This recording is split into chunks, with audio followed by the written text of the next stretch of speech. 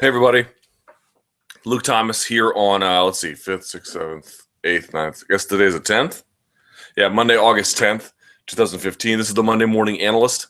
Not a big podcast today. There wasn't a whole lot going on over the weekend, so we're really only going to take a look at a few fights from the UFC Fight Night 37 card, which was Glover Teixeira versus Ovince Saint Preux. I know there was a Glory event as well, but my DVR didn't catch it for whatever reason. I guess because they changed the times. It used to be at 9, now it's 11. I'm not sure why I didn't catch it. Whatever the case, the interesting part was the main event was a repeat from the contender tournament that was the last Glory show that I worked at from February, I want to say, the one in Hampton, Virginia. That was a blowout, but as I understand it, this one was much closer and was sort of stopped. It was stopped early because of a cut, but be that as it may, but was much more competitive. In any event, this podcast has 3 parts. First part, big overview. Second part, a review of the technical action. And then 3, a look ahead. So let's go with the first part. Now, the first part I'm going to do, part 1, is a little bit separate and unrelated to what we saw over the weekend because there wasn't, again, it was just a small event. It wasn't a big narrative to things. There wasn't a lot of monumental shifts as it relates to technique. But I tell you what did happen on yesterday. I attended a Gary Tonon seminar on leg locks. Wow. Boy, what an eye-opener that was. You guys know if you watch this podcast, I'm a big fan of grappling, but I don't personally have a lot of experience with leg locks. It's not been a big part of my game. And not that one seminar changes that, but at least it was so good, and it was so informative, and it was so clinical in the way in which the information was described that I feel much better now about a lot of things. MMA jiu-jitsu or jiu-jitsu that you see in MMA, a mount is not a complicated thing. You teach mounts to white belts, you teach blue belts practice it, and so forth. But the guys who hold mount at black belt, they hold it at it's just mount. It's things that white belts know how to do. But when you get to the black belt level, the level of that mount, the difficulty in escaping that mount becomes enormous. And so I guess what I'm just trying to point out is there were some sophisticated things, but it was more just conceptually what everything is based around. And sort of one of the bigger takeaways that I had, and I'll wrap this up here real quickly. I was supposed to have 5 minutes on the clock for this, but I didn't do it because I'm a dumbass. One of the bigger takeaways I had was if you had asked me previously about the toe hold versus the heel hook, I would have said that these are obviously, there's a Venn diagram, there's an overlap there, of course, no doubt about it. But that ultimately these were submissions that were doing different things. I mean, obviously the application of them is different. Toe holds are legal in IBJJF competitions. Heel hooks are not. And so if that kind of thing is allowed, there must be a big difference between them. But in the way that Tonon teaches them, they're really not much different. I mean, yes, the application is what you always looks like. I don't mean that he has some novel way of latching it on. But in the application of finishing it, it's not entirely different. You see a lot of jiu-jitsu and MMA that is very, very basic. You don't need to know. Again, it can be done by Demian Maia at a very, very, it's a basic technique done at a high level, but it's still a basic technique. And so I just feel a lot more confident about some of the things that were lagging in my brain about some of the techniques that I didn't quite understand. It should be noted that, obviously Paul Harris has issues about holding on to submissions too long, but in terms of the novelty and the ability he has as a leg lock artist, he got referenced several times for all the things technically he does well. Now, of course, there's that other issue about all, eye gouging and hold on to submissions too long and this, that, and the other. No, not dismissing any of that, not ignoring any of that, just noting that some of his setups, some of his attacks, some of his finishes, they're very, very strong. And they're very strong for some important reasons. But for me, the big one was the heel hook and the toe hold being very closely related. A lot of people like to put the heel hook, especially for a normal heel hook, and they like to, in MMA, you see it all the time. They'll latch on and they'll like rip it across their body, which I knew wasn't right, but I didn't quite know some of the finer points, obviously, that Tonon knows. And he shared some of the finer details of finishing from transitions, inverted versus standard, finishes from different ones where you have the 50-50, where you have two legs on the outside, where you're circling back into them to off balance. I mean, all kinds of different ways. But to me, the big one was how close. Before I thought heel hook and toe hold were like slightly overlapping. They are hugely overlapping.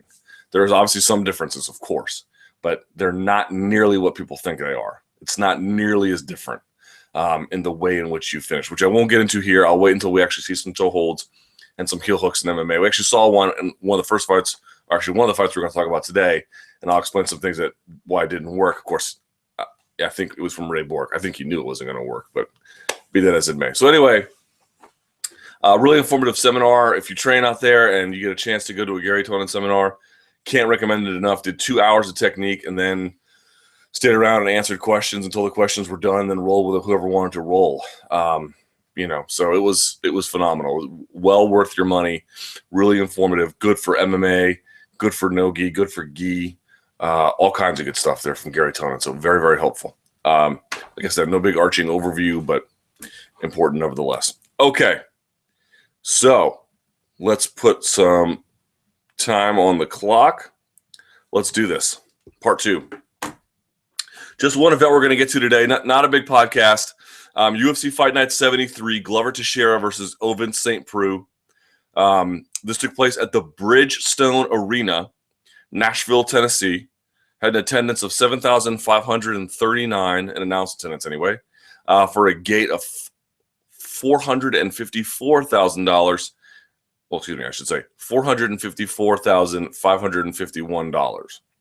A little bit under $500,000, which is not a lot, but I can't imagine that the payouts were a lot for this card either. Okay, so the card was headlined by Glover Teixeira and Ovince Saint Preux, an important light heavyweight contest. Let's look at the main card. There were obviously some important fights on the prelim card, most notably Uriah Hall and so forth, who's the guy whose last name remains a constant struggle for me, but whatever the case. But I want to focus in on that main card because with the exception of the Uriah Hall fight, and I guess Dustin Ortiz and Willie Gates, not a lot to pay attention to below the main card. So we'll start at the top and we'll work our way down. Glover Teixeira defeats Ovince Saint Preux, technical submission via rear naked choke at 3:10 of the third round. This was an interesting fight, I thought, because I had thought that Saint Preux could do a little bit more than he had shown us previously. And to some extent, he fulfilled that. I thought some of his wrestling scrambles were better. I thought it was simply just more a choice of offense that really did him in. And also, Glover Teixeira is veteran savvy. But anyway, so the fight starts, and the basic overview is that Teixeira really had some good moments defensively and grappling. He had some strong moments in striking, but could never really string offense together long enough to make it matter. But there were high points on both sides. So in the first round, I thought Teixeira did a good job of using OSP's weapons against him early on in the fight and then really throughout it, but particularly in the first 2 rounds, when Saint Preux would go to a body kick or a leg kick of some kind, Teixeira would catch it and run the pipe, right? So you're driving your shoulder into it, you have your hands beneath the knee, you drop them to the ankle as you drive the shoulder, and you step out and turn, right? So you're driving them down with your shoulder, pressing into them to the same side as the leg, basically, while you circle out. So that was a good job by Teixeira. Good technique the whole bit, but just smart to you're going to kick me, you're going to pay for it, and establish that, frankly, almost like from the first striking exchange, which is why OSP's continued use of it was a little bit puzzling, but okay. So OSP must be strong as hell. There was a moment where he got taken down and Teixeira was past him. Somehow he found a way to stiff arm and then go to knee shield. Knee shield is half guard, but you're not locking down necessarily in half guard. You have one of your bottom legs just on front of their hip, and then the other leg probably somewhere around the shoulder, more or less, and you got a frame there. And he then uses that to push on his hips to get pushes on Teixeira's hips to get his own hips away, which is not uncommon necessarily. But for a big guy like that to go the distance he traveled was really big. And then he did, if you recall from the Conor McGregor breakdown, he did a technical stand-up. Remember, right? Same. So if you have your left foot down, you have your left hand out. You put your right hand on the mat, and then the right leg comes out, right? But you keep your hand up the whole time, and obviously you can switch sides depending which way you want to do it. But that he does a technical stand-up and then manages to back his hips away and get out from behind Glover Teixeira. That was like very impressive because it was technical, yes, but that's something you see at the smaller weight classes where guys create space and they can scramble quickly. For a guy who's 6'4", probably walks around naturally 240, 250, that's a very difficult thing to do the way he did it. So he must be very, very strong. Technical too, understand, but just to get that amount of force to get a black belt like Glover Teixeira off you is not easy. There was a brief moment in time where there was a groin kick to Teixeira, but it was nothing serious. The fights restarted, and I thought OSP did a really good job of directing Teixeira into him. So he steps out to his right a few times, and if you watch Teixeira in slow motion, he never takes a side step. I mean, he might angle a step off, but he doesn't do any lateral stepping. Basically, he just marches forward every time, and OSP kind of sees this. So he steps out to his right, then steps to his left, gets a short turn.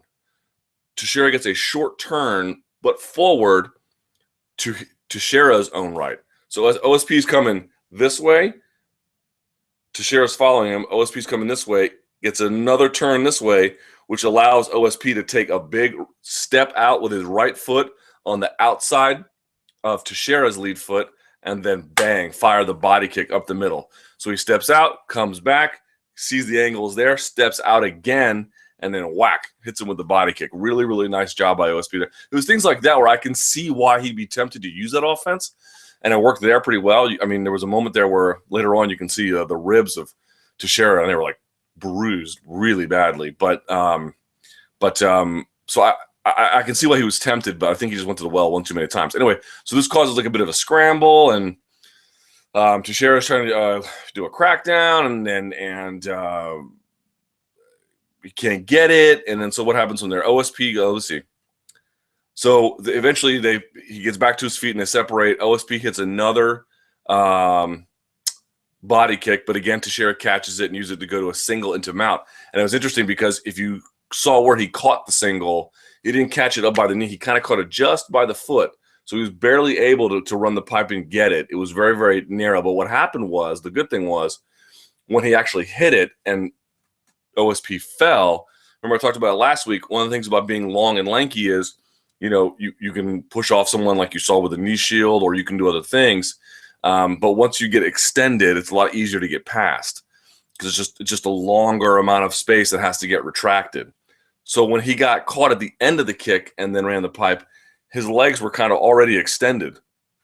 And so Teixeira just basically almost hops right into mount because of that. So that it was the takedown was iffy, but because he caught it in an iffy position, it was actually great for the mount.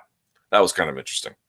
Let's see. OSP is able to eventually escape and get back by getting his shoulders separated from Glover and turning him into behind the elbow. So he gets to mount, and then it turns like almost on his back. But if you notice, Teixeira's chest is not glued to OSP's back. There's actually a bit of space, as you can see Teixeira threatening one way to buck off. And eventually what happens is he sits up and then squeezes behind. You can see him actually get underneath the elbow of Teixeira and then turns into him. Right. So, I mean, one of the ways you want to escape mount, there's a lot of different ways you could do it, but one of them is, or if someone's on your back, that is, you create an angle and then get your shoulders to the mat and roll. Now, you might get mounted, but then you can get, if you're good, you can get your knee in between and, or, depending how loose they are with their positioning, you can scramble out. But that was what he did. He kind of threatened to get his shoulders down and like threatening. And then when he saw Teixeira was like a little bit nervous about positioning, sat up, scooted behind the elbow, and then came back in front, which was really good.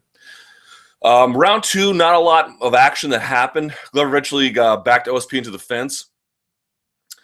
And you could see that was funny because they did some exchanging at first, but you could see that OSP was really kind of concerned with Glover's striking because, number one, his back was against the fence, so his mobility was really limited. But I think more than that, Glover didn't throw a lot of kicks himself, was really kind of relying on his boxing, had him in boxing range. But by the time, he had thrown a bunch of combos, and he had walked him down, he had backed him up, and you could see OSP was a little bit tired from the first round. I think the big takeaway for me was when he eventually got the big takedown that put him in top position for the most of the round, Teixeira didn't even throw a strike. right? He kind of just feinted. OSP went like this, went in on it. Like not a single punch was thrown in that particular moment to set up that takedown, which I kind of thought was, illuminating how concerned OSP was about the kind of punching that he was receiving in those positions from Glover Teixeira, that he didn't, a punch wasn't even required. And also, one thing you should always notice about Glover Teixeira, he gets the takedown. He likes to pass the half guard if he can, or mount if it's there, but usually half guard, and he immediately wraps the head every time. I really like that about Glover Teixeira. What I tell you, man, if someone's wrapping your head standing, or if someone's wrapping your head on the ground, if your neck and your shoulders are controlled, it almost does not matter what your hips are doing. Not totally. Obviously you want to be inside to really solidify that, to get the mount. You get the idea, but the more this is controlled, the more you can't do anything about it. And so I like how the second that Teixeira gets him down, whoop, always wrapping the head, always. Really like that. And if you're OSP, once you got taken down, you got to be looking for that crossface, and to block the crossface, and he never did. And then round 3, by that point, I thought the writing was kind of on the wall. OSP shoots. Teixeira stops him, gets double underhooks, but instead of just stopping him and backing him up, takes a step out, throws the near side arm by him over the head, and then gets behind him with a body lock. That was really nice, and did it kind of fluidly too. Stops it and then threw him by, gets the body lock. That was cool. He gets taken down, and so eventually, he passes him out and then gets the back. The key for Teixeira that you want to notice, and I only bring this up because not a lot of people do it, and I don't know why, but you're supposed to, especially in MMA. Not so much in jiu-jitsu necessarily, especially if someone has a gi, because you can switch to different kinds of attacks when you have the gi. And frankly, most people don't finish rear naked chokes with a gi. It's mostly a lapel choke because it's just easier to get a lapel choke, and they're devastating. But so Teixeira's banging on him from mount. OSP turns, banging on him from back mount, and but OSP's covering up for the most part. OSP tries to stand to get out. So what does he do? He puts his right hand down first. That is the side that Teixeira attacks immediately. Teixeira is waiting to see which hand is going to plant on the mat first. Or if you go both hands, you can just pick at that point. But he goes, a lot of people, because of the weight on someone, they'll go one hand first to inch their way up. And the right hand plants first. So that's the side that Teixeira wraps. Yeah, that was it. I really sort of enjoyed that. The fact that some guys, even if the person plants on the right, they'll just sink the hand that they like sinking the most. But you want to do it on the same side because they can't hand fight. They've placed all their weight down on their hand.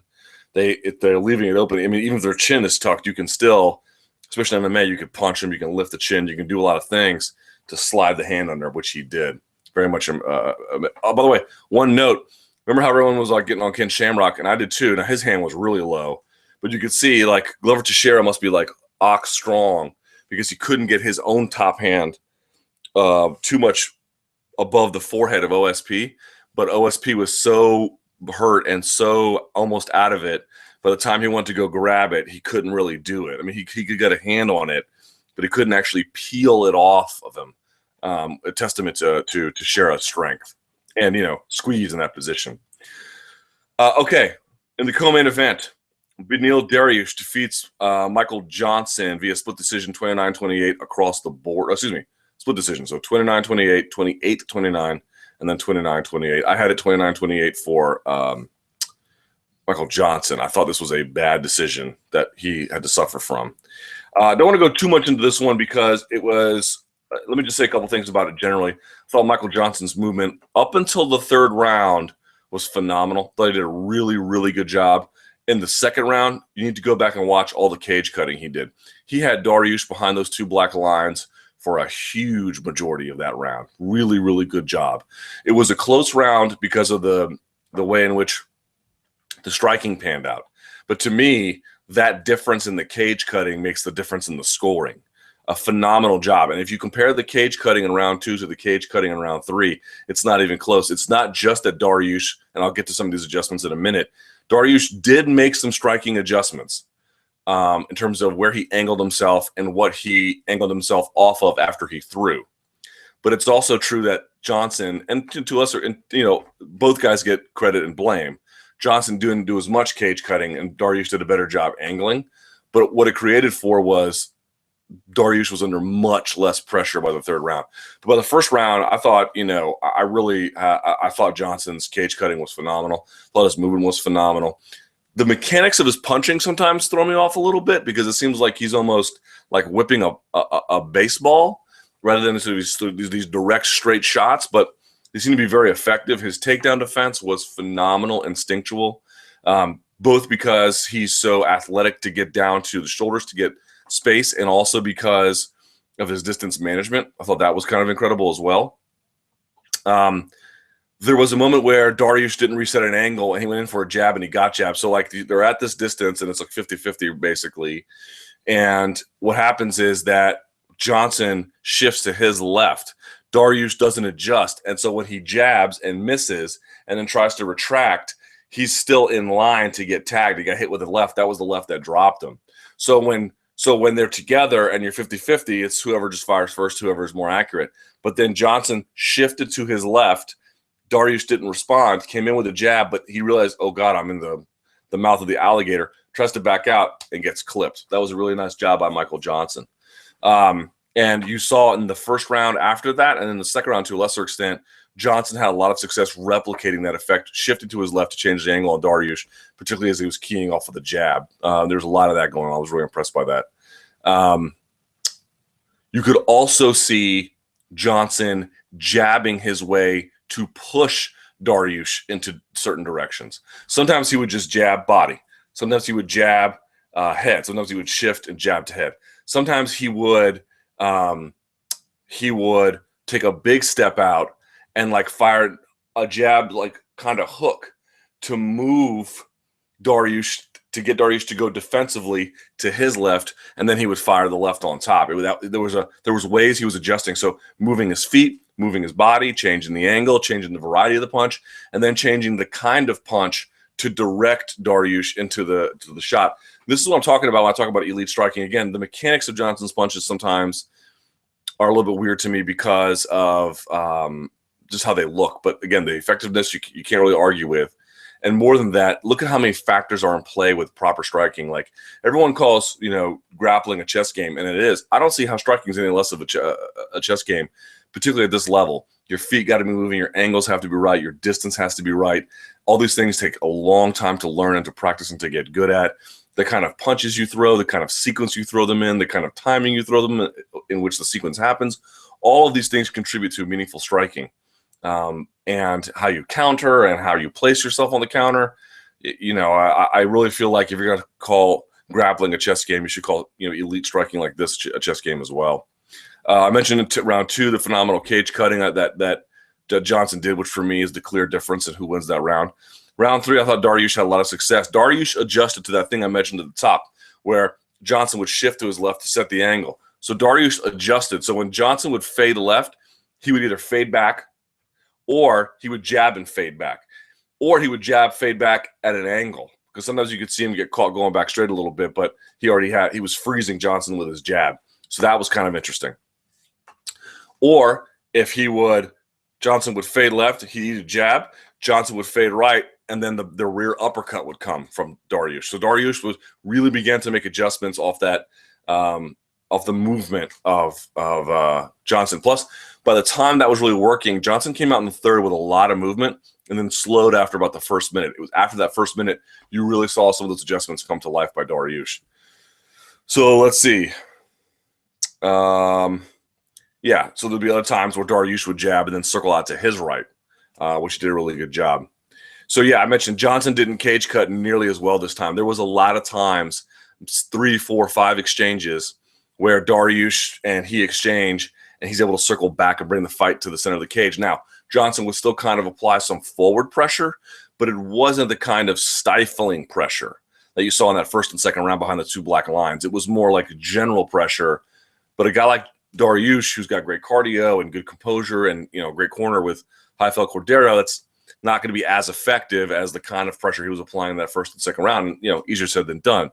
Johnson did a phenomenal job, but you get tired and the guy can make adjustments late, like I mentioned before, off the jab. So a really good job by him in that particular case. And then also when he got backed up a little bit or the forward pressure was a little too linear from Johnson, you can go back and watch. That's when the majority of those step through knees he would throw would happen.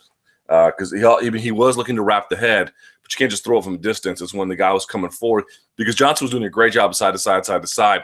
There were moments he would kind of step forward 2-3 times. When you hit that second, third step, that's when Dariush would launch into the step through knee. So I didn't score the fight for Dariush, but I certainly think in that third round he did a much better job. Let's see. Derek Brunson defeated Sam Alvey, whatever, 219 of the first round via TKO via strikes. I don't know how much you want to say about this one. Probably not a whole lot. I'd just say Brunson had a really good command of range. If your back is against the fence, there's so many problems with it. Number one, your mobility is reduced. You can't really. Number two, if you get your hips behind you, your hips are now stuck and you're forward. Your weight is over you. You're off balance. There's just so many problems with being against the fence like that. Even when you have a clinch, like Alvey was trying to hold him in the clinch, but Brunson was really good at finding pockets of space. He would lean his head in, get his hips back to create something for a body shot, or he would let himself get a little bit controlled up top, but he would lower his level and then bang him out over the top, staying in the clinch. And when that didn't work, he would press forward and fire an uppercut. And then when Alvey would step back, he would lunge with a left and catch him. So it was like all these different phases where at the end of the punch, on top from the clinch, inside from the clinch, creating space manually inside the clinch, not just using what Alvey gave him. There are all kinds of ways for Brunson to land his punches. That was really the key for me here. Was it stopped a little bit early? Maybe a little bit early, but the guy went face first to the mat. Alvey has a bit of a poker face when he gets hit. It's not like he does the eye roll thing. He kind of looked like he was just grimacing a little bit and then kind of clumsily fell forward when he was rocked. And Brunson followed up. Maybe not enough to call it, but certainly he was doing quite poorly at that time. But to me, if there's any real lesson there was, I think Kenny Florian noted it, Brunson took some risks. There's no doubt about it. And he got clipped a couple times with Alvey's left hand, and that could have been a bad thing. But more often than not, it didn't really matter where Alvey moved. Because he was stationary against that cage, Brunson just knew, if I'm in this position, go here. If he tries to pull down, go here. If I can yank up and create space, come here. If he steps out, throw there. Like he just knew, from rehearsed and from instinct and from general perception, what punches would land where and what spaces, and was really, really good about making sure that they connected. And a very interesting fight. Let's see. Amanda Nunes defeated Sara McMann via rear naked choke at 2:53 of the first round. This one was a little surprising, but then again, maybe not. So, okay, a lot happened here, but not a whole lot at the same time. I'll explain what that means. Let's see. So Nunes fires a front kick with the right. It doesn't land all that great, but she's eliciting like a right-hand counter. She gets a jab, and then she's looking for the right-hand counter. Doesn't quite get it, but what happens is McMann resets the angle. But she reset the angle because Nunes said it. In other words, Nunes throws the front kick, then steps out to her left. McMann kind of follows her, but she follows her like this. So the second she steps into space, bip, there went the left hook. She ate it flush. It was kind of bizarre. She was looking for, I'm going to throw this. I want the right to come so then I can step and crush. Okay, fine. It doesn't come. She steps out. McMann just turns into her. Boom. So that landed. I thought Nunes did a great job by avoiding the body lock takedown. There's a bit of a scramble there. I could be wrong. If you're a better wrestling aficionado than I am, and I'm sure many of you are, it looked to correct me, but it looked to me like the grip that she had was strong here. I don't mean that, but it was the placement. It was kind of around Nunes's ribs. I've always been told if you're going to do the grip, you got to do it right around the back of the shoulder line, or you got to do it right around the hips. If you do it kind of in the middle, it can be, if you just think about it logically, right? Think about side control on the ground. What am I trying to control? With knee on belly, say. I got shoulder pressure here. I may grab the back of your gi and fire my arm forward, which crunches the head sideways, and I got my knee on your hip. What am I controlling? I'm controlling your head and your hip.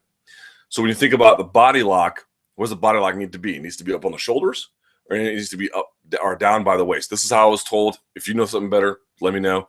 But anyway, just logically thinking, if you have it around the ribs, they still have their hips to move. You know, if they're, you couldn't hula hoop with them, but if they're, think about someone with a hula hoop, their ribs might be kind of in place, but their hips circle all around. Well, if you can move your hips, you can do a lot of things. You can open them up and then find a space to underhook, which is what she eventually did. She almost got tripped a couple of times. McMann, I thought, had a good couple angles. You know, getting perpendicular with her and then putting the leg behind her and tripping her. But it was the placement just seemed kind of in the middle versus down or up. So what eventually happens? McMann does a mat return. So she gets behind Nunes, and it's not a takedown where she, like, you know, kind of pulls her to the mat and then tries to roll on top. Nunes stays moving. And she hears her corner call for hips out. So when they're standing and there's like they're hand fighting, rather than being here, she just kind of thrusts her hips forward and then circles out and stands around. You know who's the best at that is Jose Aldo. You go back and watch Jose Aldo in the second Mendez fight. He does a phenomenal job when he's hand fighting. He gets his hips way out in front. He's not here, you know, bent over so that you have better control, because you might feel a little bit safer here than if you're out here and you're kind of letting your balance go. But if you pop and then turn, you know, you just create the movement or you create the space and then move. Create space and move. Create space and move, which she did quite well. And also good job listening to her corner. So here's what one of the problems was, and this is what set up the beginning of the end. You saw McMann I'm almost done. You see McMann almost fakes like a leg kick too far out, so she just turns around and refaces. You see this all the time in Thai boxing and sparring and MMA. You see it all the time. But you see when someone misses it, or they're too far out, or they're just kind of faking it, or whatever the case may be, and they spin back around, what do? They hold a hand out. And they might also hold a hand up and raise a leg. Paul Felder is really good about this, right? If I'm going to, when I spin around, I want to turn around and I want to get my eyes on you as soon as possible, even before the rest of my body can follow, like an owl if I can. But you don't just turn around, hands down. Go back and watch. She flips around, her hands, like totally defenseless. Totally defenseless. So she comes back around. There's no hand out to protect her. Remember, technical stand-up. How do you stand up? Hand and foot on the handed. And if my left hand is out, my left hand's on the ground. If my left hand is out, my left foot is on the ground. My right hand is on the ground, and I go back. But I've always got a hand out in front of me. Always. When you spin for that kick and you miss, you got to have the hand out, or here even. You can block up here too. There's a lot of different varieties. She just spins literally with her hands by her waist. So what does Nunes do? She waits for her to come back around and pops her. And that set up the beginning of the end. She eventually takes the back. One quick note, she goes for the choke. She can't quite get it, so you see her have it here. She takes her free hand and she pops. She uses the palm of her hand here. She kind of like Bosrutan. She doesn't hit her in the face. She uses the palm of her hand to hit McMann's hand. She pops it off and then uses that to, like, you know, land that bicep grip. That closes the show. But it was just that was what set at the beginning and the end. It was like McMann. I thought she had a decent game plan given her strengths, but when she spun for that, maybe no one's made her pay for that in sparring, you know. But she spun hands down. So Nunes was like, bink, easy pickings, man. And then last but certainly not least for this main card, this was a great fight. Ray Borg defeated Geane, or I know he's Colombian. I cannot pronounce his name. Geane Herrera, unanimous decision across the board, 30-27. And by the way, the rear naked choke on Amanda Nunes, or by Amanda Nunes anyway, was at 2:53 of the first round. This Ray Borg fight was great. So there was a lot that went on for grappling fans. If you're a fan out there, there's a lot that happened here. So Borg did a lot of things well. I have to say that the most impressive thing, of course, was Borg. But the second most impressive thing was the guard retention by Herrera, because that is extremely exhausting. He did a good job of preventing side-to-side passes. He threatened as much as he could underneath. You know, you could tell there were some things where you didn't have a second or third gear. Or I should say, he didn't have a fourth or fifth gear he could go to, because he definitely had a second and a third. But, you know, for a UFC debut, I know he lost, and I know he's probably not feeling great about it, but I was very impressed with his guard retention. Even when he got past, because I'll explain, I'll go into it. So Borg tries a double unders pass. Double unders pass is so what's a triangle? One hand in and one hand out, right? A double unders pass is when you dive both hands in and you come out on top and you're on top of their hips and you suck their hips and you put their hips onto yours, basically. And then there's a lot of different varieties from there about what you can do, depending on what you want to do. But what most guys do, and what Borg tried to do, is you try and lean a shoulder while keeping them. You want to pin them on their shoulders because it's very uncomfortable, right? Their hips are off the mat. If their hips are on the ground, it's not going to work. If you have them off the mat and you're driving into their neck, you're driving into their shoulders, you're leaning into that joker, okay? You can drive their knee into their nose. Not like a punch, but like you can just close the space and then you shrug it off to the side, and now you can do what Glover Teixeira does, and then you can wrap the head. So Borg was putting him under pressure with this. Like, his pressure was good. He was a little bit low, but he had picked him up and he was driving him in. It was going to go for anybody less than Herrera. But Herrera does an incredible job. He reads it and does a really good job of, guard retention is a lot of just getting your space where it needs to be.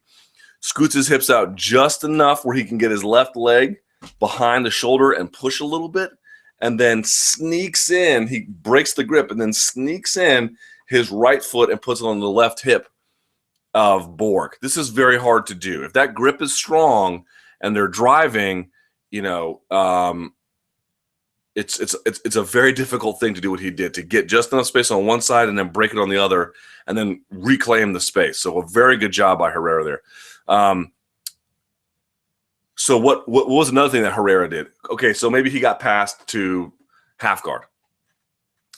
He always did a good job of the hook. So if let's say that I have them between my legs, but they're kind of this way. They're kind of on this side. He did a good job of getting the free leg. I'm shaking my free leg here. And then using that as a butterfly hook constantly. Why?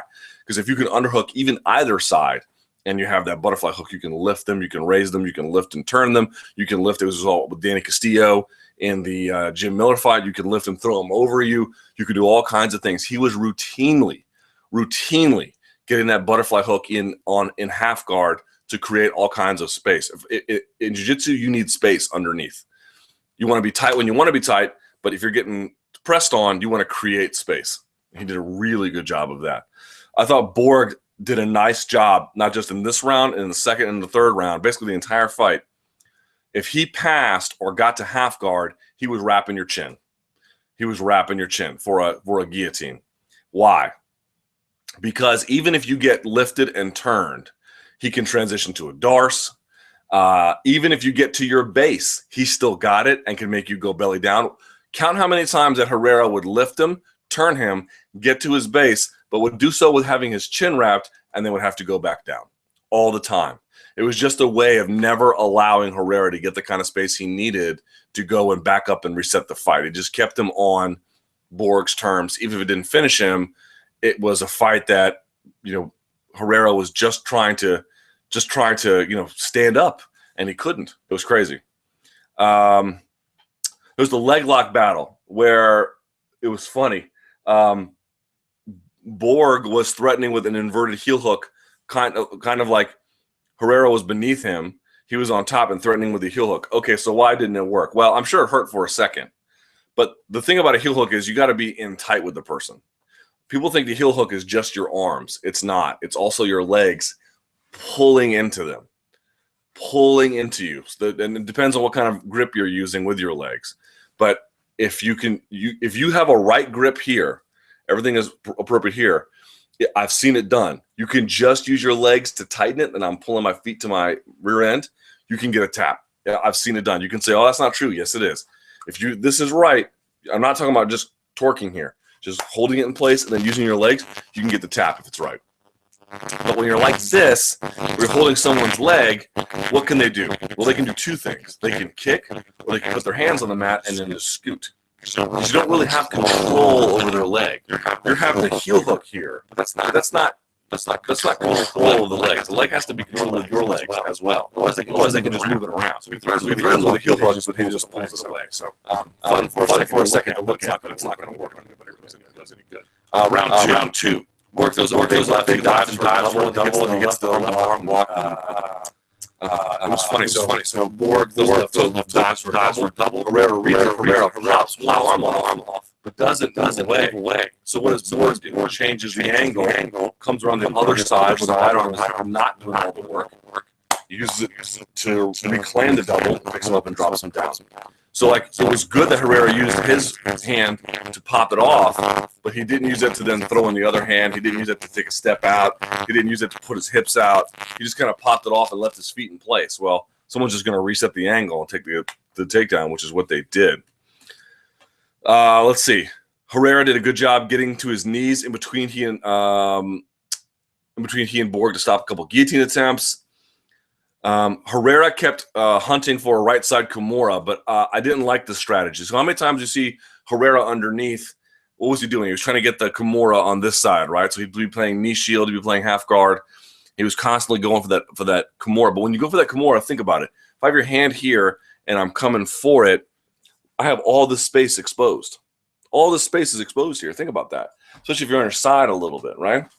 So what would Borg do? He would kind of like threaten to leave it out there, and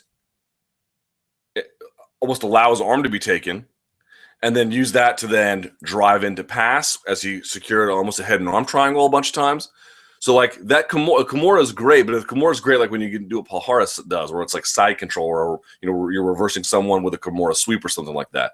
But like trying to get someone from half guard, I'm not saying you can't get it. You can definitely get it.